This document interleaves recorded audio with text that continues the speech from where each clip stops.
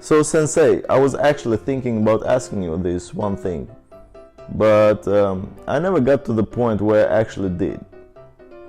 So how did you become this successful? Let's see. First and foremost, you have to wake up early, not interrupt people. You have to work really hard every day. Then you have to read books, many books, preferably 30 a year. Then you have to capitalize on your passion, become rich, well off, and invest in things, in properties, so you can gain passive income. That's how you get successful. Is this general for everyone? Yes, this is the ultimate blueprint to everything.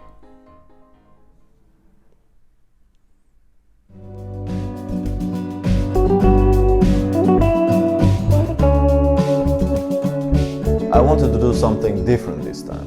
This one will be a response to a small discourse in the commentary section on a video made by Nathaniel Drew.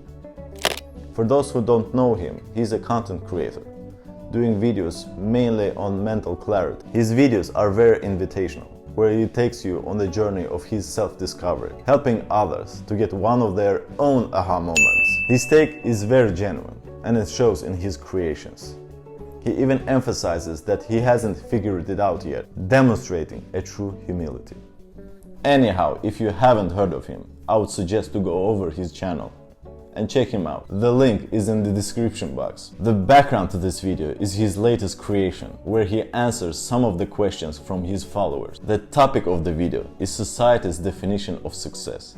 And I find this topic to be very important because so many of us, especially the new generations, suffer from mental issues stemming from desire for success. A very precise form of success tied to money, power, status, including all of that. From day one, we're constantly encouraged to be the fastest, the strongest, the smartest, to do well in school, attend different standardized contests, become good citizens by buying into the narrative of mediocrity. Because let's face it, many of us think highly of ourselves and at the end becoming like everyone else, becoming an average Joe with a good job, safety and guaranteed security for the following 40 years as a professional. I will tell you in a minute why that concept is counterintuitive. I left a comment on that video telling the following: whenever you feel contentment in your life, you have arrived. Peace of mind is the only destination is worth grinding for. Nathaniel replied disagreeing. Struggle is a part of the process, and if you are living a dynamic lifestyle, there always will be things that you are grappling with. Contentment and peace of mind are definitely not my end goal. Now, before going further and addressing that reply, which opens for a good conversation, I wanted to point out one thing. I often see people reply to comments by creating arguments to things that are left out from the message, falsely assuming the stance of that person on the matter, presenting a counter argument to that. For example, if I say, I love the sky, my favorite tone of blue, and someone else can come up with something like, the sky is blue only when it's daytime, because yada yada yada, they expand on the subject and create a counter argument and then engage in the discussion. I'm not saying that it's wrong, and quite frankly it's understandable. We cannot know the thoughts that the other person is juggling with. That being said, there's a part of the reply that I concur with, and there's another one that demands further examination. I am with Nathaniel on the struggle part. Hardships, adversities are almost necessities in a person's life for personal growth. Consciousness can barely grow when there's no emotional, memorable, strong life lessons that make us wary of existence. And in those cases, one thing that makes those lessons stick with us is pain. Pain is inevitable. Pain is mandatory. I will try to be consistent in making the distinction between two realms that we speak of, because we are a spiritual and a matrix. The spiritual realm represents the truth, uncut and raw, whereas the matrix represents a projection of the truth coming from the mind. When I said contentment, I never meant to sit on your bum and count sheep all day long, because as I mentioned before, that's what an average person might do, choosing a secure life, not pursuing personal dreams, and ending up suffering because of unrealized potential. I meant contentment as in a spiritual sense. One can reach that place through pain and suffering, through questioning life, existence, the self, achievements, the possessions, everything. Peace of mind is not a goal. It cannot be. It's not an endpoint that can be reached. It's a mindset that we can become better at retaining. I mean, that's what we do when we meditate, right? We want to feel that calm, get rid of excessive thinking and become fully present in the moment. Ironically enough, that's the place that we might have chance ending up at by being selfish, manifesting the ego. Let me explain. You might be familiar with the theory of self-actualization developed by Abraham Maslow. If not, there are videos on those topics. Basically, the humankind has come so far that we have possibility to not be driven by our primal physiological needs, fighting for food and personal survival.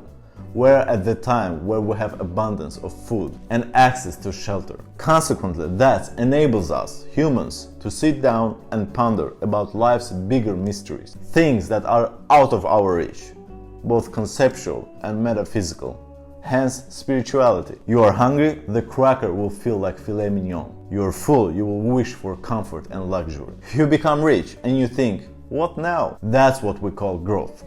Evolution of the consciousness. The point I was trying to make is that the peace of mind is the place where we can have the best chance at reaching the full potential of ourselves. An emotional, non-reactive place where everything just flows. There's no bad, there's no good, just lessons.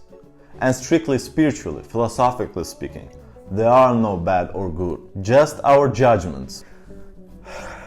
I'm learning every day at holding presence, but as many of you know, it's a hard nut to crack. Human mind is an explosive place, especially with all the stimulation that we are constantly being exposed to. I too grapple with things that don't go my way, and I recognize the distractiveness in that, reacting emotionally. Although one can get better at remaining centered and composed, one cannot let the ego to get the best out of us by chasing societal success. Success is both subjective and objective.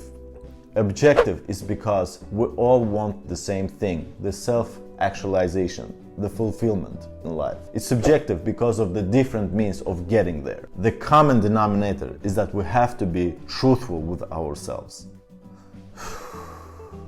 Experiencing pain opens up doors to spirituality, and if we choose to step in, to understand what life is about, we can end the suffering. Thus, the struggle loses its meaning. A true creativity comes from stillness, without any excessive thought. From there on, mundane issues become non-existent. No reaction, no problem. Only new opportunities for growth. Creating for others' judgment and evaluation of us will never grant that fulfillment. Because if we are driven by outer validation, it will never be enough. Thus, the creation from spiritual place is the ultimate proclamation of love for life. Struggle implies emotional distress, and we all know that we make better job, better decisions when we are calm, when we are mindful. Struggle implies emotional distress. In fact, to become good at something, we have to lose that sense of inner struggle, which happens naturally when you go through similar processes of uncovering something new.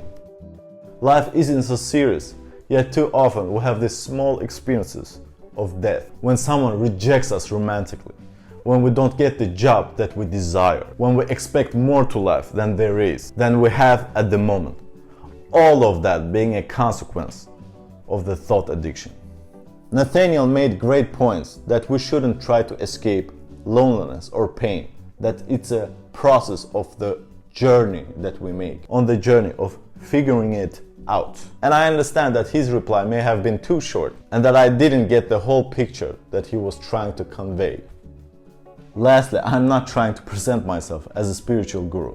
Far from. I'm just curious of life, and like many of us here, trying to find the truth of having this human experience. I'm more than happy to discuss this or any other topic with you, Nathaniel. Here, over your channel, the platform doesn't matter. At the end, the only thing that matters is love for life. And on that note, I'm out.